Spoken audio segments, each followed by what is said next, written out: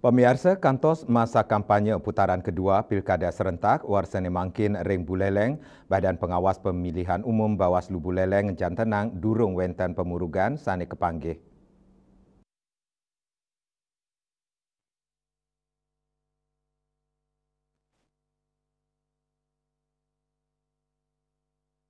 Yindike inucap ketegasan oleh Ketua Bawaslu Buleleng Kadek Carne Wirata ritatkala konfirmasi dugaan pelanggaran politik uang majang anak-anak sane nenten kejantenang memuruk sekaning anak alit durung madue hak pilih.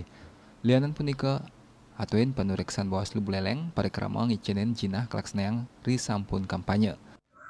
Hal ini sudah kami konfirmasi kepada tim maupun pelaksana kampanye bahwa mereka tidak melibatkan anak-anak. Tetapi dalam kegiatan kampanye, karena memang dikombinasikan dengan kegiatan hiburan, itu mengundang orang untuk datang, termasuk juga anak-anak.